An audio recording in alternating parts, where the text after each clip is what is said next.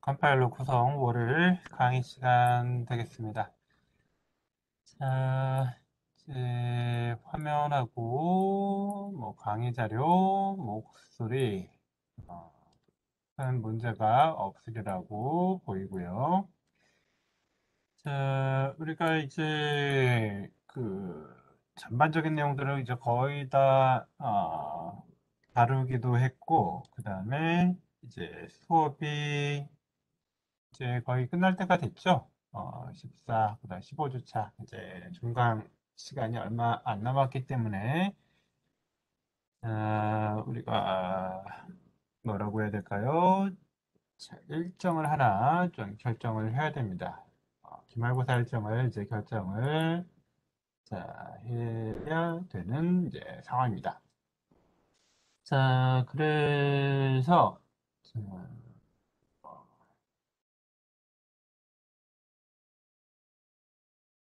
자, 보자.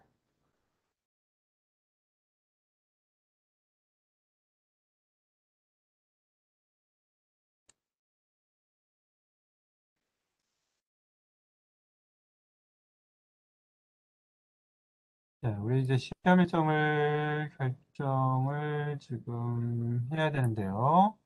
자, 제가 후보 일자를 몇 가지를 좀 안내를 하겠습니다. 또 관련된 내용도 한번 살펴보시고, 자,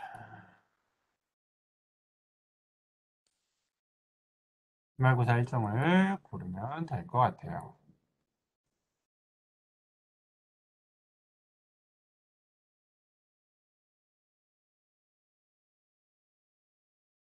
자, 첫 번째는 뭐 그냥 쇠플도 당김에 빼라고 우리 빠르게 기말고사를 보는 방법이 있을 거고요.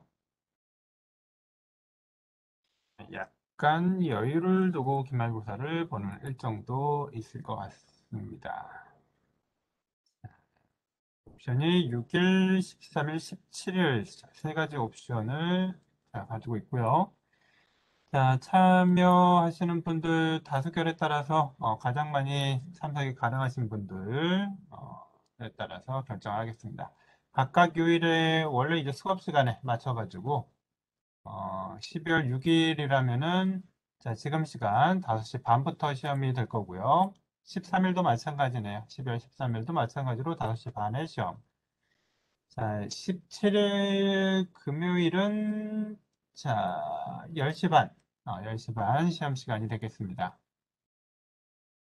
시간에 맞춰가지고 시험 본다고 생각하시면 될 것 같아요. 자, 가장 그 선호도가 높은 요일을 가지고 결정을 하겠습니다.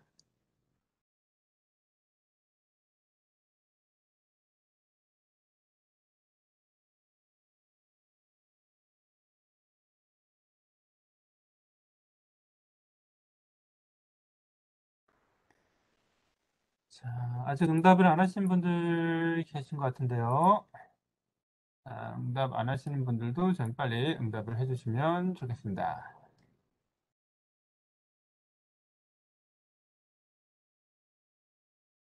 자, 예, 끝났네요.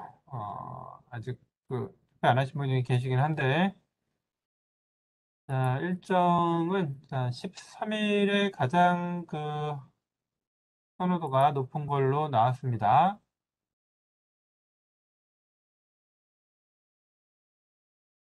네, 그래서 우리 컴파일러 구성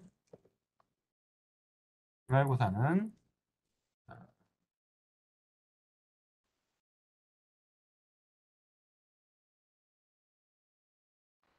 자, 12월 13일 날 수업 시간에 시험 시간에 보는 걸로 하겠습니다.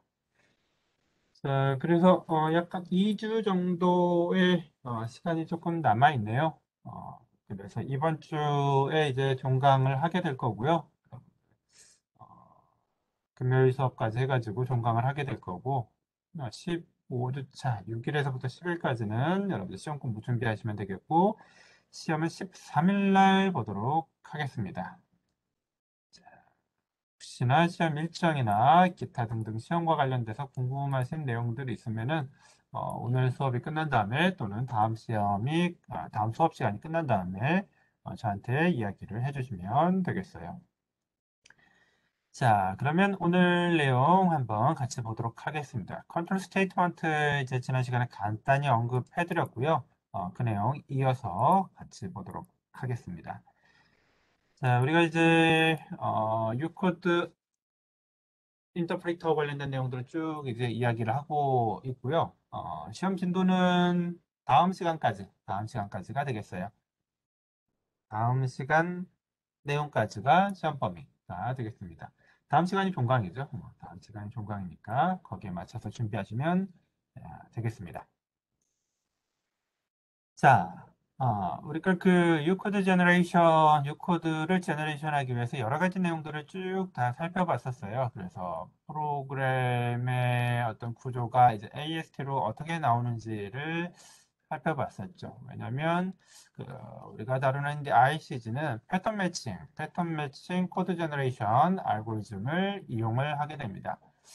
PMC GA 이렇게 패턴 매칭 코드 제너레이션이라고 이제 불리는 녀석인데, 자, 이 녀석은 결국 AST의 디자인이 굉장히 중요하다라고 이야기를 했어요. 그래서 AST의 형태에 따라서 매칭되는 코드들이 이제 달라지게 되고요. 프로그램, 그 다음에 여러 가지 그 선언부 파트, 그 다음에 함수부 파트, 문장 구조들 이제 설명드렸고, 그 다음에 오퍼레이터 심볼들, 이렇게 핸들링하는 부분들 살펴봤습니다. 자, 그 다음에 심플 베리어블 처리하는 부분들, 그 다음에 어레이 베리어블 처리하는 부분들, 이런 것들도 중점적으로 봤죠.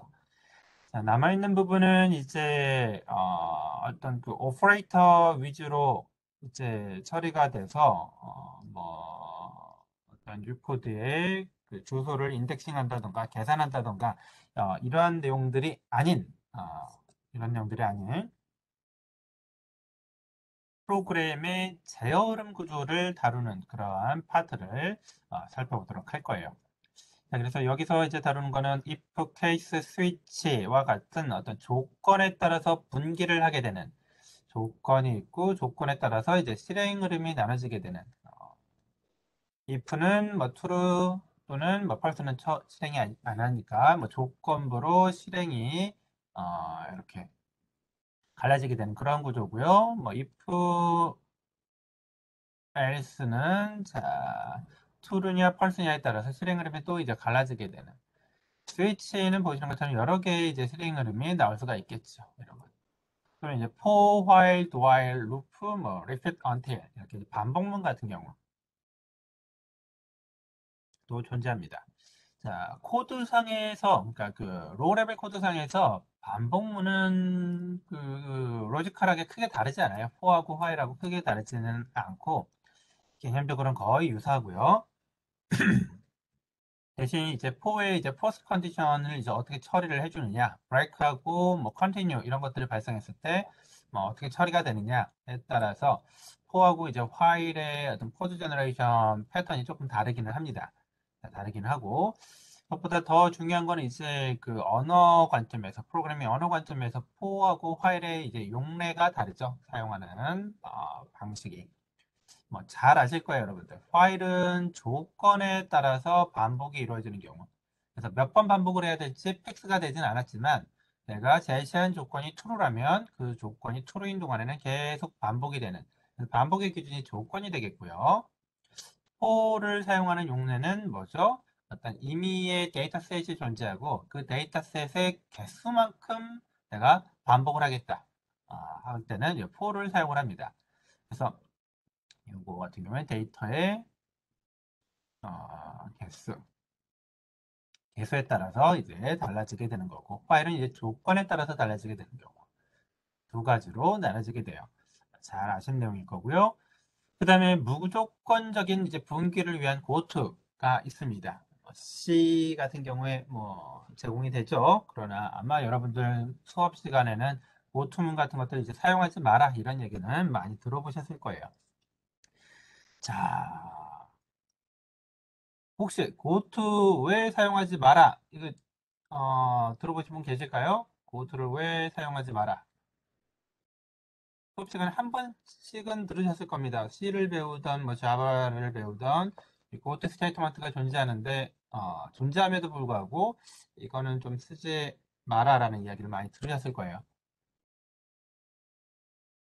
자, 어떠한 설명과 함께 고트를 쓰면 안 된다라는 이야기를 들으셨을까요? 또는 혹시 안 들으셨을까요? 어, 실행 흐름을 읽기가 힘들어져서 그렇다. 효과는 가능하지만 코드 해석하기가 난잡해진다. 리더빌리티 이야기를 두 분 다 이야기를 하시네요. 코드의 구조가 복잡해진다. 예, 다 이제 맞는 이야기죠. 맞는 이야기입니다. 자, 근데 그 고투를 실제로 쓰지 말라고 한 사람, 이렇게 말라고 한 사람은 다엑스트라라고 있어요. 다엑스트라.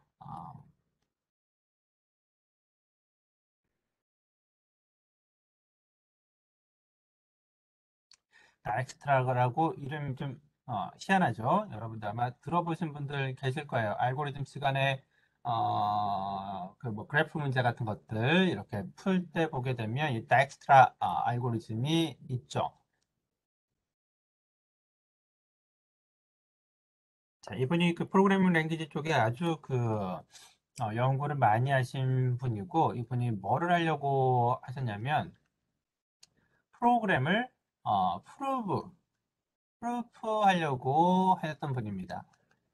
자, 그래서 내가 짠 프로그램, 내가 만든 프로그램이 어떤 특정한 문제를 해결을 할 수 있다. 이게 올바로 동작을 한다. 올바른 아웃풋을 낸다라는 거를 이제 증명을 하려고 많은 노력을 하셨던 분이에요. 그래서 소프트웨어가 단순히 만드는 걸로 끝나는 게 아니라 알고리즘의 여러 가지 뭐 성능 지표 가지고 퍼포먼스를 뭐 예측하는 것뿐만 아니라 더 나아가서 이 알고리즘에 문제가 없다, 정말로 잘 동작한다라는 걸 이제 보이려고 하셨던 분인데 이분이 그 프로그램의 어떤 그 프로브먼트를 하려고 하다 보니까 가장 큰 문제가 됐던 이 프로그램의 증명에서, 여러 가지가 어려웠겠지만, 그 중에서도 굉장히 이제 까다로운 문제를 야기시켰던 게 바로 이제 고투였던 거예요.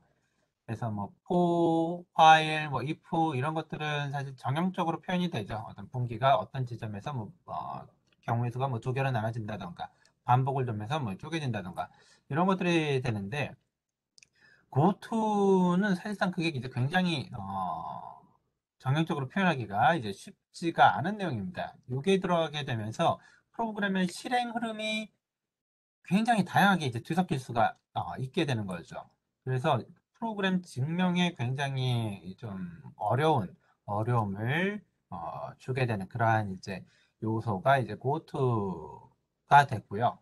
그래서 사실은 이 고투가 어떤 프로그램 증명과 어떤 프로그램의 제대로 된 어떤 체계에 맞게 이렇게 프로그램 라이팅 하는데 문제가 되는 요소다라는 이제 이야기를 이제 꺼내게 됩니다.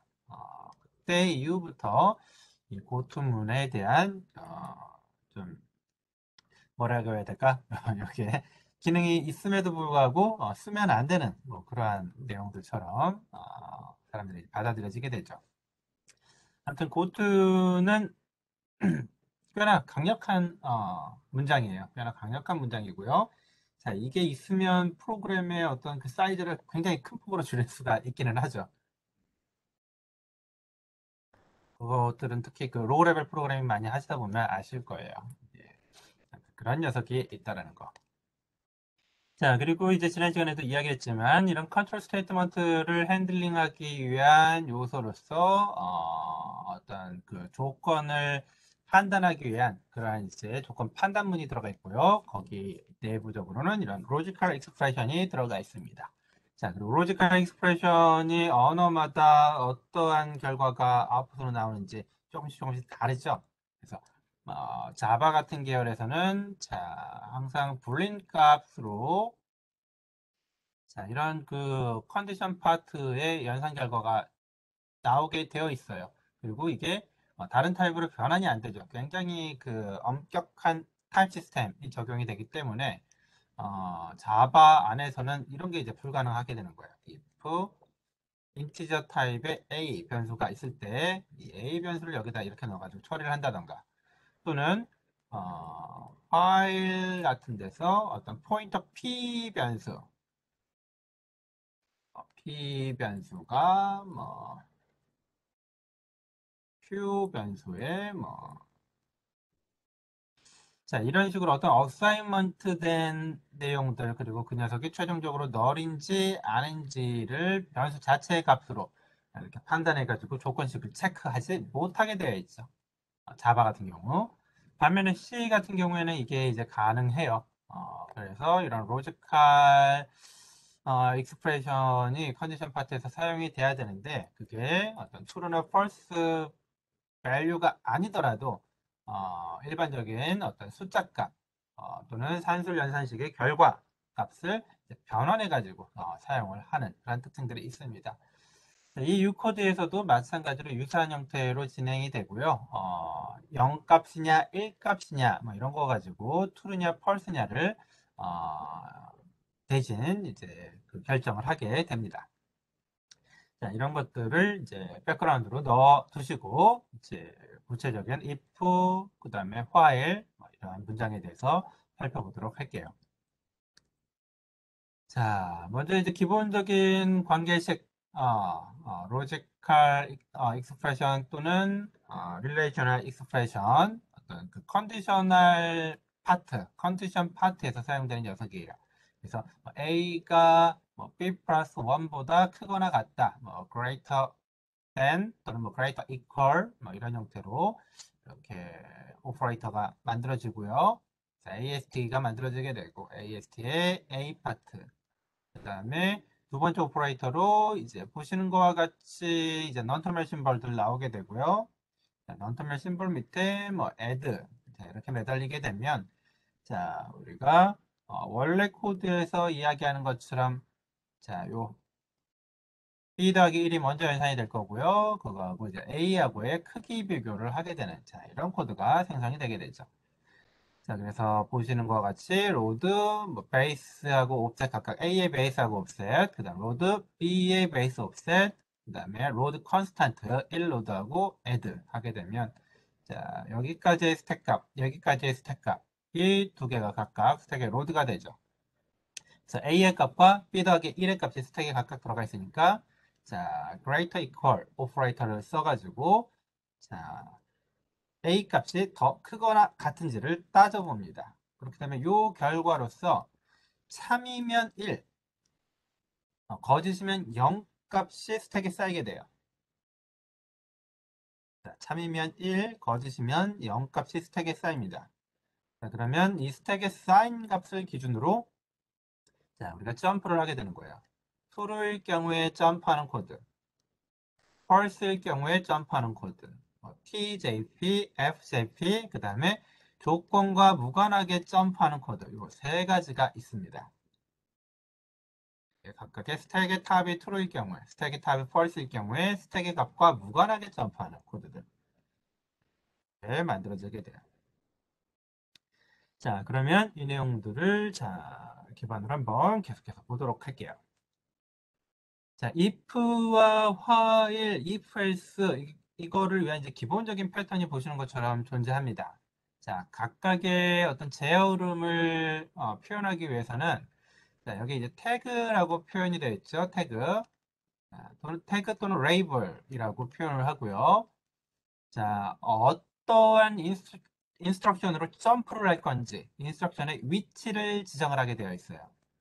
U코드 상에서는 자, 0번 컬럼에서부터 11번 뭐 그 정도까지 컬럼의 사이에 요 태그 또는 이제 레이블이 위치를 하게 됩니다. 자, 그래서 태그를 이제 제너레이션하고 그 다음에 컨디션 테스트하고 점프를 할 때 해당되는 태그 정보를 이용해서 점프를 하게 되어 있어요. 자, if의 구조를 보시게 되면 먼저 컨디션을 테스트하고요. 그래서 컨디션을 테스트하기 위한 코드가 쭉 제너레이션 되고요. 자, 그 다음에 기본적으로 if는 자, true가 되게 되면 then 파트를 처리를 하죠. true 파트를 처리를 하게 됩니다. 따라서 자, true면 바로 밑에 코드로 그냥 false를 하게 돼요. 바로 밑에 코드로 차례대로 내려가게 됩니다. false일 경우에만 이 true 파트, 이 true 파트를 스킵을 해야 되죠. 스킵을.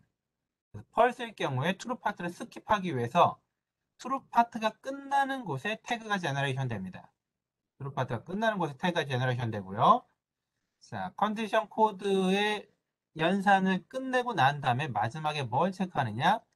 false jp를 체크를 하게 돼 있어요. false일 경우에 자, 지정된 태그로 점프해라. 이렇게 점프를 하게 되는 거죠. 누구를 스킵한다? 자, true 파트를 스킵하게 되어 있습니다. 네, 이런 방식으로 코드 제너레이션을 하는 거예요. 뒤에서 다시 한번 볼 거고요. 자, if else인 경우에는 자, 조건에 따라서 컨디션에 따라서 true 파트를 실행하거나 또는 false 파트를 실행합니다. 그리고 각각의 true 파트와 false 파트가 끝나면 if 끝나는 데서 다시 만나줘야 돼요. 자, 그럴 때 이 if의 이제 점프, else의 점프를 각각 고려를 해보면 자, 총 몇 개의 태그가 제너레이션 돼야 되냐면 자, if는 한 개의 태그 또는 레이블이 필요하고요.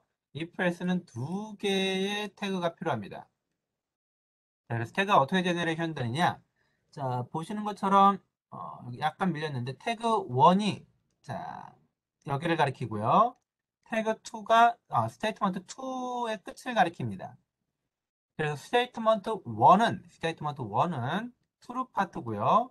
스테이트먼트 2가 false 파트예요. 자, 그래서 코드의 동작 과정을 살펴보면 자, 컨디션에서 조건을 테스트하고 false인 경우에 false jp가 이제 실행이 되는 거예요. 어디로 점프를 하냐면 태그 1까지 점프합니다. 태그 1까지. 자, 그래서 false면 이 true 파트를 스킵을 하는 거예요. 스킵을 해서 false 1까지 점프를 하고요. 태그 1까지 점프하고 자, 태그 1까지 점프하고 나면 스테이트먼트 2가 나오게 되죠. 그래서 스테이트먼트 2를 차례대로 실행을 하고 끝납니다. 차례대로 실행을 하고 끝나요. 자, 만약 컨디션이 true면 점프를 안 하죠. 점프를 안 하면서 자연스럽게 스테이트먼트 1으로 false로 내려오고요. 스테이트먼트가 다 수행이 되고 나면 그 밑에 스테이트먼트 2가 있잖아요. 이거는 펄스 파트고요. 펄스 파트 실행하면 안 되죠. 그래서 어떤 코드가 들어가냐면 boot tag 2 다시 말해서 무조건적인 점프를 하게 됩니다. 왜냐? true 파트를 다 실행했으니까 펄스 파트를 스킵하기 위해서. 그래서 boot tag 2를 이용해서 자, 스테이트먼트 2를 스킵하게 돼요. 그러면 여기 끝나는 데까지 if then else가 끝나는 데까지 내려와서 자, 이후의 명령어들을 이제 공통적으로 수행을 하게 되는 거죠. 자, 그래서 if else는 지금 제어 흐름 구조를 보시는 것처럼 두 개의 태그를 제너레이션해서 false 파트로 바로 점프를 한다던가 또는 true 파트를 실행하고 난 다음에 false 파트를 점프하는 자, 그러한 방식으로 코드가 기술이 되어 있습니다. 자, while 볼까요? while은 어떻게 구성이 되어 있냐면 while도 역시 두 개의 태그가 필요합니다. 두 개의 태그가 필요하고요. 자, 컨디션을 체크하고 난 다음에 컨디션이 true면 자연스럽게 false로 내려와서 body 파트를 실행을 해요. 자, body 파트를 다 실행하고 나면 어떻게 해야 될까요? 다시 원래대로 올라가서 컨디션을 테스트를 해야 되겠죠? 자, 그래서 go to tag 1을 합니다. go to tag 1은 이 컨디션의 실행 지점에 붙어 있게 돼요. while의 어떤 조건만 체크하는데 가장 먼저 있는 거죠. 자, 그래서 여기로 점프를 하게 됩니다. 자, 이 과정을 계속해서 반복을 해요. 2일 동안 계속해서 반복합니다. 자, 만약 2일 컨디션이 false면 이제 루프를 빠져나가야 되죠. 루프를 빠져나가기 위해서 태그 2가 어디 들어가 있냐면 자, 이 고트 태그 밑에 붙어 있게 됩니다. 자, 그래서 false인 경우에 자연스럽게 자, 바디 파트하고 그 다음에 unconditional 점프 하게 되는 태그 1까지 이제 스킵을 하게 되는 거죠. 자, 이런 구조를 가지고 if, else, while이 이제 표현이 됩니다. 자, for는 태그가 몇 개 필요할까요?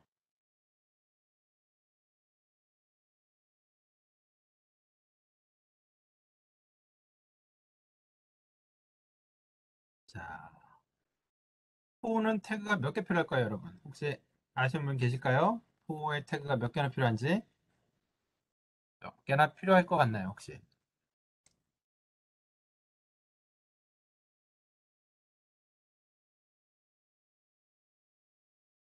while과 동일할 것 같다. while과 동일할 것 같다.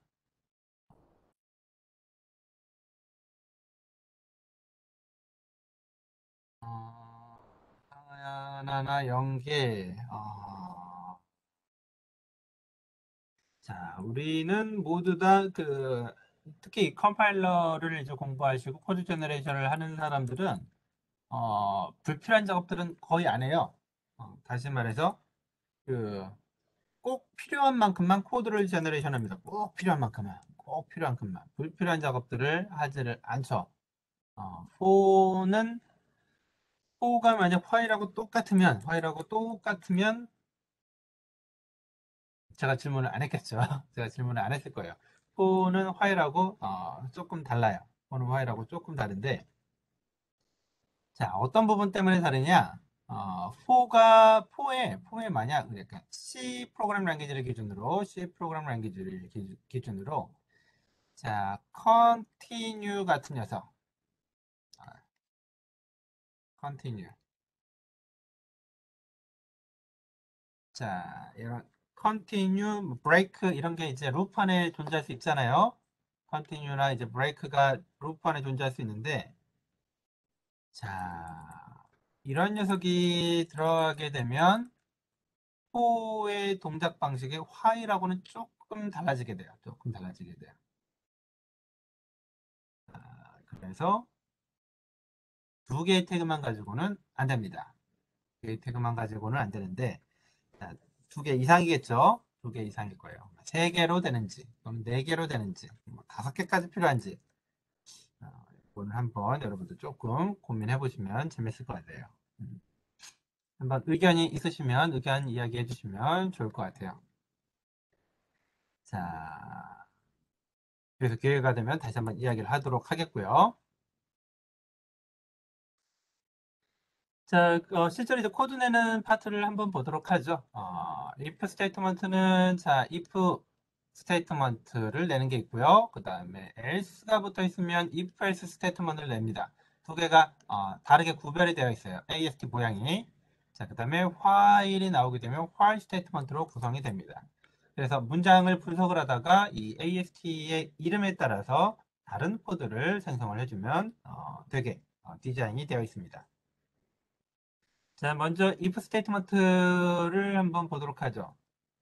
자, 이 if 스테이트먼트는 보시는 것처럼 true 파트밖에 없어요. 그래서 밑에 컨디션하고 스테이트먼트 두 개가 붙어 있게 되고요.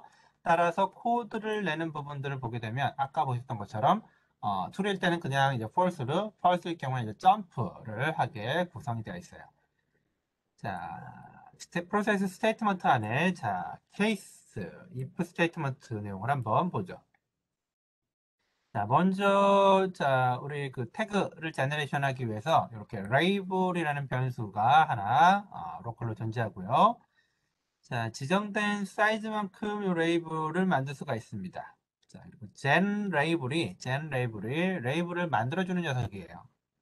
이 label을 만들어주는 녀석인데, 자, 어떻게 만들어주느냐?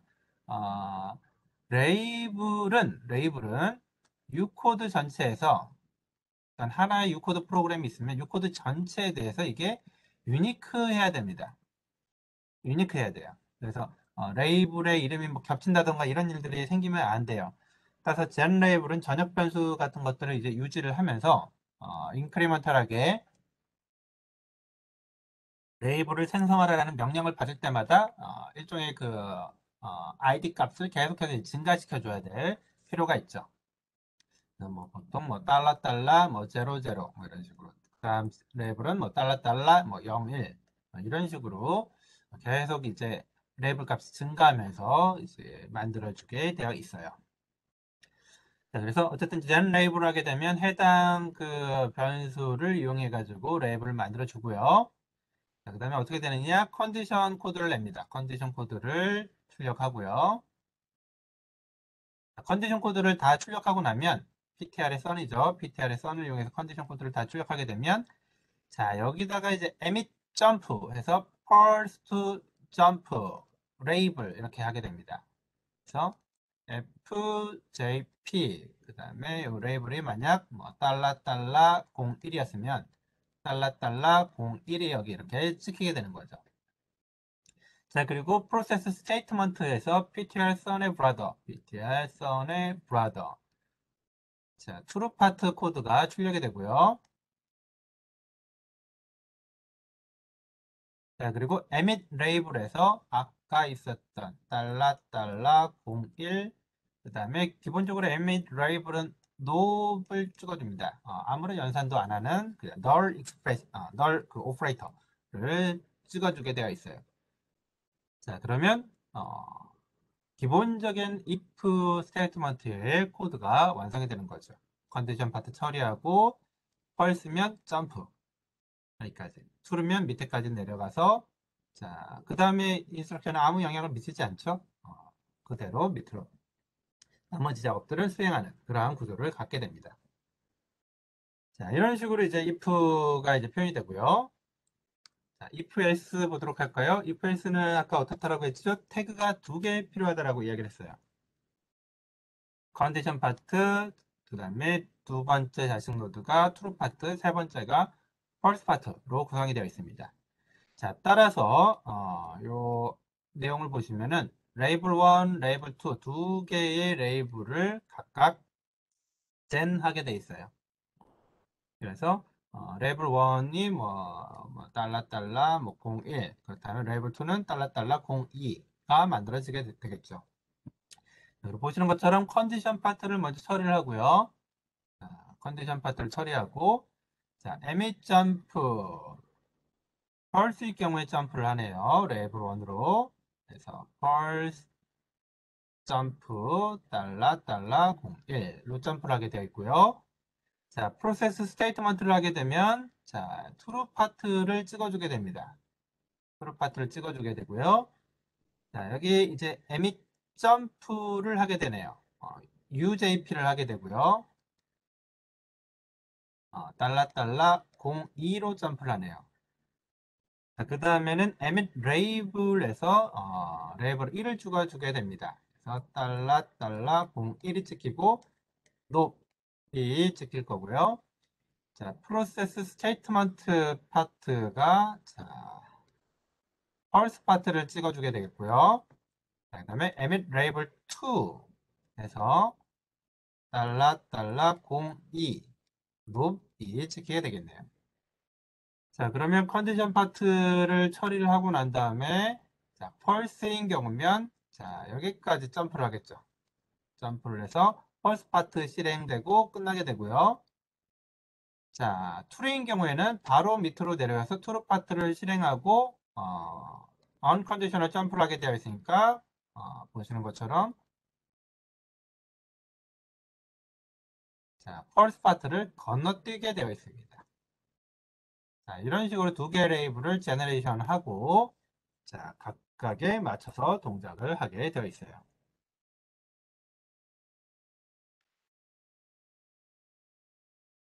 자, 어렵지 않게 확인하실 수가 있죠. 자, 그러면 그 다음에 이제 while statement 파트를 한번 같이 보도록 할까요? 자, while statement 파트는 자, AST로 while statement가 오고요. 컨디션 나오고 statement가 오게 되어 있습니다. 역시 두 개의 레이블이 필요하다라고 이야기를 했어요. 보게 되면 레이블 1, 레이블 2 각각 만들게 되고요.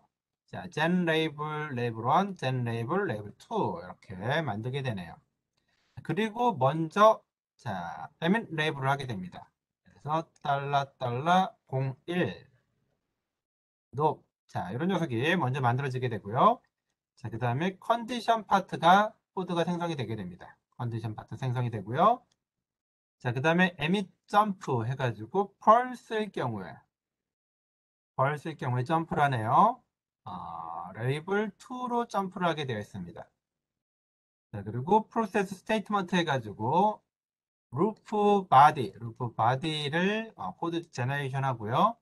자, 그 밑에 언컨디셔널 점프를 하고 여기에 달러 01을 찍어주게 되어 있네요. 자, 그리고 마지막에 자, 레이블 2에 해당되는 코드가 찍히게 됩니다. 자, 이런 구조를 가지고 코드가 찍히기 때문에 자, 루프에 도달하게 되면 첫 번째 문장 그냥 스킵이 되겠죠. 컨디션 처리가 되고 펄스면 어떻게 되나요? 루프 바디를 빠져나가게 되네요. 펄스면 루프 바디를 빠져나가서 자, 이 루프 문을 끝내게 되겠고요. 펄스가 아니라 투르면 자연스럽게 아래쪽 바디 파트를 실행하고 자, 보시는 것처럼 무조건적인 점프. 자, 무조건적인 점프를 다시 하게 됩니다. 그리고 다시 컨디션을 또 다시 체크하고 투르면 밑으로 내려오고 다시 또 점프를 하게 되는. 자, 이런 식으로 이제 루프가 표현이 되게 되는 거죠.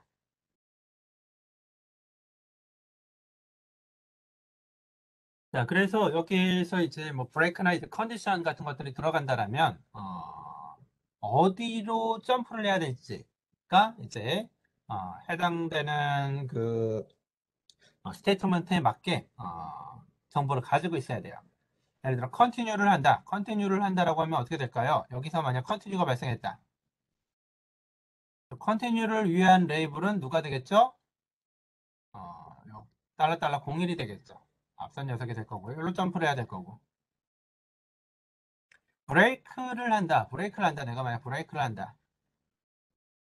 브레이크를 한다면 어디로 점프를 해야 될까요?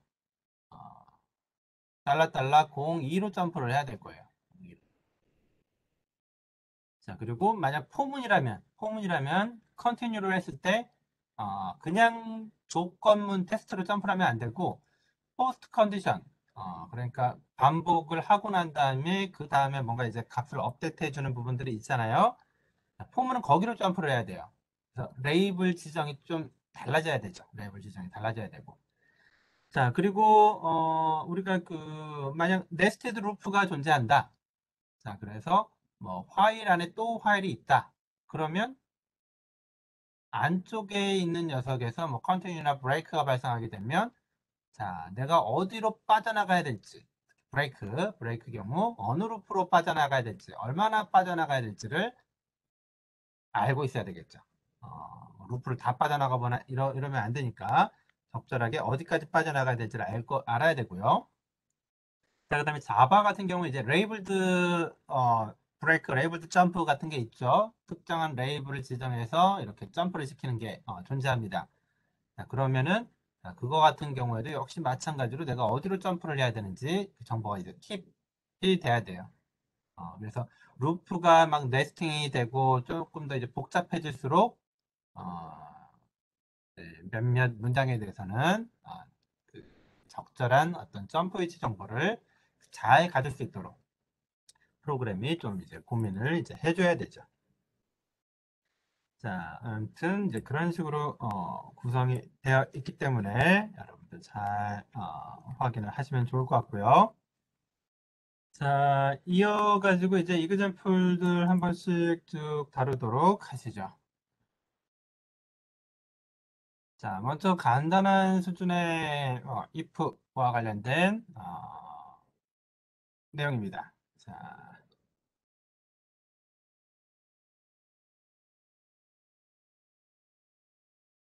자, 먼저 코드 보시는 것처럼 if a가 max보다 크면 max에다가 a를 넣으라고 이렇게 되어 있잖아요. 자, 그래서 if 스테이트먼트가 나오고요. gt가 나오고, 자, 그 다음에 expression state가 나옵니다. 여기가 컨디션 파트, 자, 여기가 이제 true 파트에 해당되는 코드죠. 자, 그래서 a가 max보다 크면은 true 파트를 실행해서 max에다가 a 값을 넣게 되어 있네요. 자, 코드 제너레이션 한 것들 보시면 보시는 게 컨디션 파트. A와 Max를 각각 로드하고 자, 크기가 큰지를 비교합니다. 자, 그래서 true면 바로 밑으로 내려오게 되어 있죠? 바로 밑으로 내려 있고요. false면 자, true 파트를 빠져나가게 됩니다. 자, 이런 식으로. 자, 한 번씩 다뤄봤기 때문에 어렵지 않게 여러분들 이해하실 수가 있을 거예요. 자, 이어가지고 또 다른 내용 한번 볼까요? 자, 두 번째 이그젬플이네요. 자, 이번에는 이제 while에 관련된 내용입니다. while에 관련된 내용들.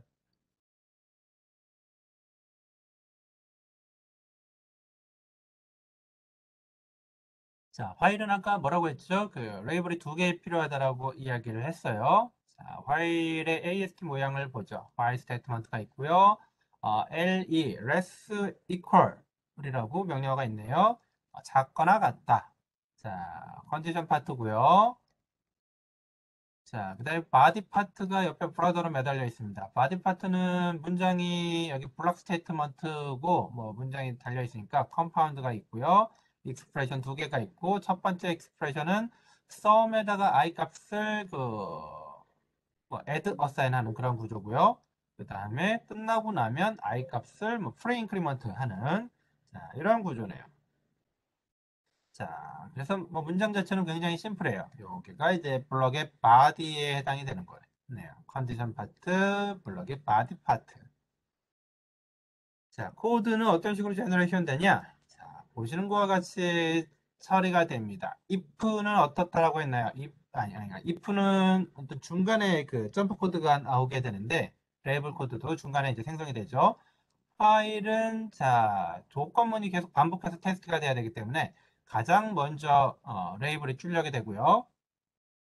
그 다음에 뭐죠? 컨디션 파트 출력이 되고 자 컨디션이 false인 경우에 점프를 하도록 코드가 기술이 되어 있습니다.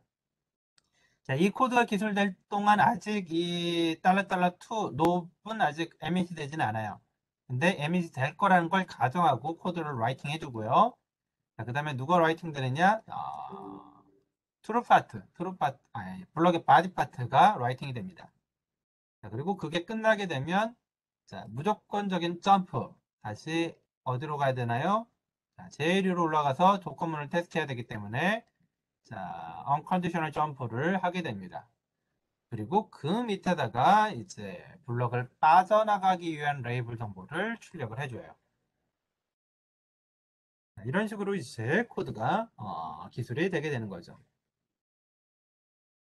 자, 어떤가요? 어렵지 않게 여러분들 확인하실 수가 있나요? 그렇게 뭐 까다롭거나 뭐 처리하는데 뭐 어렵거나 그렇지는 않습니다, 여러분들. 나중에 그 유코드 제너레이터 코드를 보시면 뭐 그렇게 까다롭지 않게 할 수 있구나 뭐 이런 생각이 다 드실 거예요. 자, 그래서 유코드 생성과 관련된 자, 과제가 이제 곧 나갈 거고 이런 내용들 충분히 참고를 하시면서 코드 내용들을 살펴보시면 좋겠습니다. 자, 혹시 여기까지 내용에 대해서 질문 있으신 분 계실까요? 여기까지 내용에 대해서 질문. 코드 제너레이션 파트 우리가 지금 제어룸을 다루기 위한 코드들 살펴보고 있습니다. 여기까지 해서 혹시 질문 있으신 분? 자, 없나요?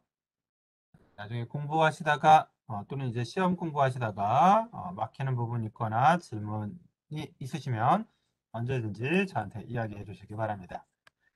자, 그러면 이어서 펑션 내용들 조금 다루고 수업을 마치도록 할게요. 자, 우리가 이제 남아있는 부분들이 이제 몇 가지 안 남아 있어요. 그 중에 이제 하나가 이제 펑션이 되겠고요. 자, 유코드에서 그리고 미니시에서 함수의 호출이 어떤 식으로 동작이 되는지 그리고 코드가 어떤 식으로 생성이 되는지 관련된 내용들을 보도록 하겠습니다. 자, 먼저 펑션과 관련된 내용들 중에서 이제 함수 호출 파트가 있는데 이 호출 파트에서 가장 중요한 거는 보시는 것처럼 이제 콜과 관련된 부분들. 자, 이 콜이 사실상 이제 익스프레션에서도 취급이 될 수 있기 때문에 익스프레션, 스테이트먼트 뭐 다 되죠. 자, 그래서 콜의 구조를 여러분들이 잘 이해를 하셔야 되고요. 콜의 구조가 이제 어느 정도 됐다라고 하면은 자, 파라미터 적재되는 내용들, 그다음에 실제 이제 함수 호출을 위해서 필요한 어떤 뭐 중간 정보들, 뭐 이런 것들 여러분들이 이제 신경을 쓰셔야 돼요. 자, 그래서 콜 파트를 보게 되면 자, 보시는 것처럼 postfix expression에서의 함수 이름이 나오고 여는 괄호, 그 다음에 optional actual parameter 사실 리스트죠. 그리고 닫는 괄호가 나오게 됩니다. 자, 그래서 F, 뭐 A, B 뭐 이런 식으로 호출이 이루어지게 돼요. 자, 그러면 이거를 위한 AST의 디자인은 자, 보시는 것처럼 콜이라는 노드가 만들어지게 되어 있습니다. 액츄얼 파람은 보시는 것처럼 옵셔널 액츄얼 파람은 액츄얼 파람이 있을 수도 있고 없을 수도 있게 되어 있고요. 자, 만약 액츄얼 파람이 존재한다면 자, 그 녀석은 액츄얼 파람 리스트를 만들게 되고요. 자, AST 노드로 이렇게 액츄얼 파람이라는 노드가 만들어지게 됩니다. 자, 그리고 그 밑에 액츄얼 파람 리스트는 어사인먼트 익스프레션 또는 액츄얼 파람 리스트 콤마 어사인먼트 익스프레션 자, 이렇게 구성이 되기 때문에 익스프레션의 최상위에 해당이 되죠. 이 어사인먼트가 자, 이러한 익스프레션들이 이제 여러 개 매달릴 수가 있게 돼요. 전체적인 AST 구조를 보시는 것처럼 폴이라는 노드, 그다음에 함수의 이름, 자, 그거에 이제 브라더로 액츄얼 파람이라는 AST 노드, 그 밑에 익스프레션 노드가 자, 파라미터의 개수만큼 매달리게 디자인이 되어 있습니다. 자, 그럼 이 펑션 콜 오퍼레이션을 위한 코드 제너레이션은 어떻게 되냐면 자, 역시 프로세스 스테이트먼트 안에 들어가 있고요. 스위치 케이스에 이제 콜에 해당이 되면 자, 이 케이스 블럭이 실행이 되게 되어 있어요. 자, 앞서서 predefined 펑션을 처리를 해줍니다. 아이덴티파이어가 펑션의 아이덴티파이어가 자, 유코드 인터프리터의 빌트인 펑션이면 자, 먼저 핸들링을 해줘요. 빌트인 펑션은 현재 유코드에서는 세 가지가 존재해요. LF, 그 다음에 write, 그 다음에 read. 이 세 가지가 존재하죠. 여러분들 아마 마방진 같은 것들 뭐 사용을 하시거나 그 다음에 유코드 인터프리터 실습을 해보셨으면 아실 거예요. 요 LF는 라인 피드죠. 한 줄 건너뛰는 개행 명령을 내리는 그런 이제 빌트인 펑션이고요. write는 이제 매개 변수로 들어가 있는 값을 스탠다드 아웃풋 콘솔에다가 출력해주는 아웃풋 펑션. 자, 그 다음에 read는 역시 마찬가지로 스탠다드 인풋에서부터 어떤 그 숫자 값을 하나 받아올 수 있는 인풋 펑션에 해당되는 게 read. 그래서 IO와 관련된 내용이 자, 이 빌트인 펑션으로 정의가 되어 있습니다. 자, 물론 여러분들이 만약 그 유코드 인터프리터를 더 개보수 하셔가지고 개수 보수하셔가지고 나는 어떤 그 시스템 디파인드 펑션, 빌트인 펑션을 더 늘리고 싶다. 자유롭게 늘리실 수 있어요.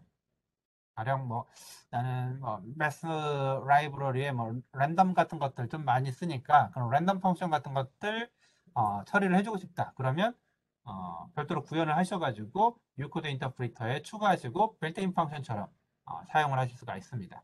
얼마든지 이제 추가 가능해요. 현재 디폴트로는 이 세 가지가 구현이 되어 있고요. 이 세 가지를 바로 요 predefined functions 파트에서 핸들링을 해주게 되어 있습니다. 자, 여기서 핸들링을 해주고 그 외의 나머지는 자, 이제 user defined function이겠죠. user defined function이에요. 펑션의 이름 가져와서 자, 룩업을 하게 됩니다. 이거 룩업 누가 어디를 하는 거냐? 심볼 테이블. 심볼 테이블을 룩업을 하는 거고요. 심볼 테이블에 어떻게 값이 들어간다고 했죠? 우리 그 전역 변수하고 그 다음에 펑션의 어떤 그 디퍼런셜 펑션 헤더 처리해 주는 부분에서 자 글로벌 베리어블, 그러니까 익스터널 베리어블하고 함수의 어떤 이름 정보, 그 다음에 포멀 파라미터 정보들 이런 것들 다 심볼 테이블에 들어가 있게 돼요. 자, 그래서 거기에 대고 조회를 하게 됩니다. 리트리브에서 펑션 네임이 있으면 상관이 없는데 펑션 네임이 없다. 만약 심볼 테이블에 인덱스가 마이너스 1이 나왔다. 그러면 자, undefined function을 resolve 하려고 한 거기 때문에 당연히 에러가 되겠죠. 적절한 에러 처리를 해주면 되고요. 만약 그렇지가 않다. 그렇지가 않으면 자, 그 다음에는 함수가 있는 거니까 함수 이름은 조회가 됐으니까 자, 그 다음에 뭘 처리를 해주느냐? 나머지 시그니처가 일치하는지를 따져줍니다. 펑션의 시그니처는 기본적으로 요 미니치도 C를 그대로 따르기 때문에 자, 함수의 경우 이름, 그다음에 파라미터의 개수, 그다음에 각 파라미터의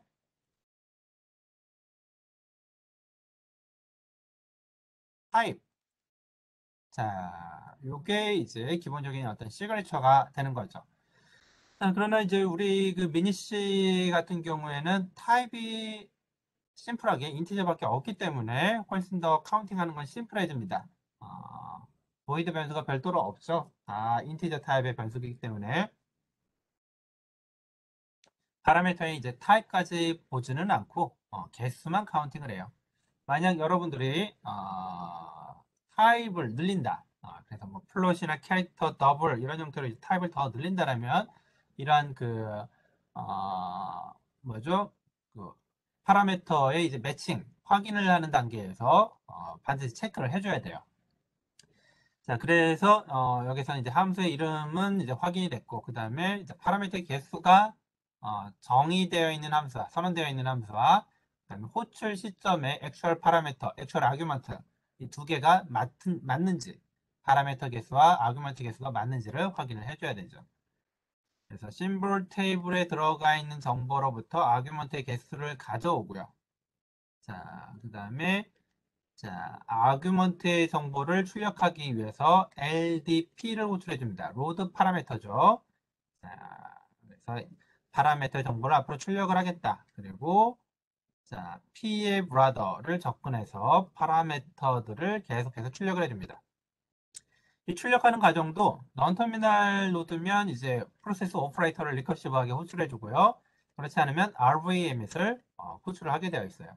그리고 아규먼트 개수를 카운팅하죠. 자, 그리고 P의 브라더로 계속 넘어가게 됩니다. 자, 그래서 여기에 약간은 지금 그 꼼꼼하게 따지지는 않습니다. 이거 아규멘트 개수가 맞지 않더라도 그냥 넘어갈 수가 있게 되어 있어요.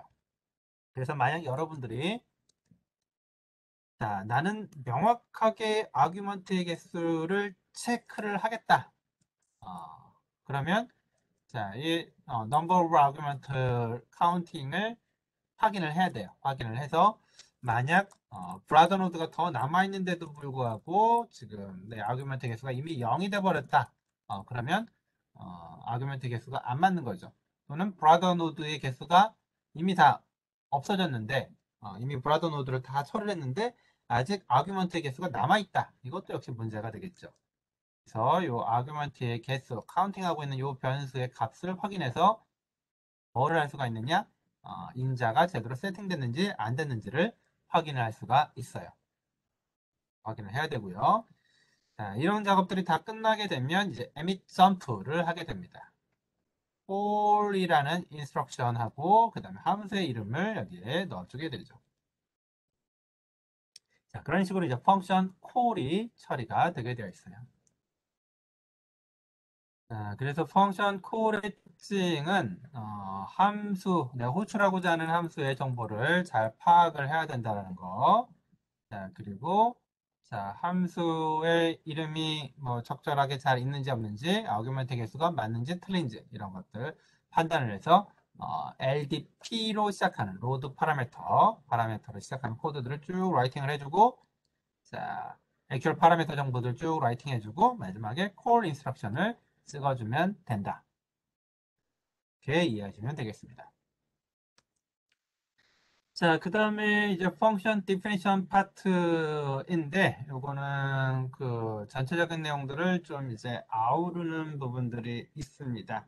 그래서 함수의 이제 디피니션이 우리가 예전에도 봤듯이 펑션 헤드 파트가 있고요. 헤드 파트가 있고, 펑션의 바디 파트가 있죠. 그래서 펑션 헤드 밑에는 뭐 이런 식으로 포멀 파라미터 등등등이 쭉 나올 수가 있고, 자, 이런 정보들이 이제 어떻게 표현이 되는지 해당되는 내용들을 이제 이렇게 AST 모양하고 같이 보게 돼요. 펑션 디피니션은 헤더가 있고 여기 바디가 있죠. 헤드, 바디예요. 헤드는 이제 대부분 이제 심볼 테이블로 처리가 되고요. 바디 파트는 실제 이제 코드 제너레이션이 이루어지게 되는 부분이죠. 그래서 이 헤드 파트의 내용이 중요한데 헤드 파트 내용을 다시 좀 딥하게 보게 되면 자, this specifier, identifier, formal parameter가 존재합니다. formal parameter가 다시 또 보시는 것처럼 자, 파람 DCL이 쭉 따라붙게 나와 있어요. 그래서 헤드의 내용이 조금 이제 길게 표현이 되어 있고 이렇게 타입 정보, 함수 이름 정보, 그리고 파라미터 정보 이런 정보가 있을 때 이 정보들을 어떻게 그 심 탭에 집어넣느냐. 자, 이게 이제 중요한 내용이 되죠. 코드 파트를 보게 되면 자, 타입 핸들링하는 부분, 자, 포멀 파라미터 처리하는 부분, 펑션의 이름 처리하는 부분들이 각각 나눠져 있게 돼요. 다음 시간에 다시 한번 간단하게 이제 볼 거고요. 이러한 정보들까지 이제 다 끝나게 되면 자, 우리가 함수를 처리하는 부분이 이제 완료가 되게 됩니다. 그래서 펑션 헤더 처리하는 부분, 방금 전에 코드들, 그다음 펑션 바디 처리하는 부분들. 펑션의 바디는 뭐 어렵지 않아요. 우리가 앞에서 봤던 모든 내용들을 이제 다 이제 처리해주는 그러한 내용들하고, 그다음에 함수의 시작 같은 것들 이제 처리해주는 내용들 들어가면 됩니다. 자, 그래서 이러한 내용들 살펴보게 될 거고요. 자, 그 내용들이 다 끝나게 되면 자, 우리 미니시 컴파일러 모델에 지금 남아있는 마지막 부분 ICG의 작성이 완료가 되게 되는 거죠. 자, 그래서 여러분들 ICG를 다 구현을 해보실 수가 있게 될 거고요. 자, 구현된 ICG를 이용하게 되면 여러분들 미니시 코드를 넣었을 때 이 코드를 얻으실 수가 있어요.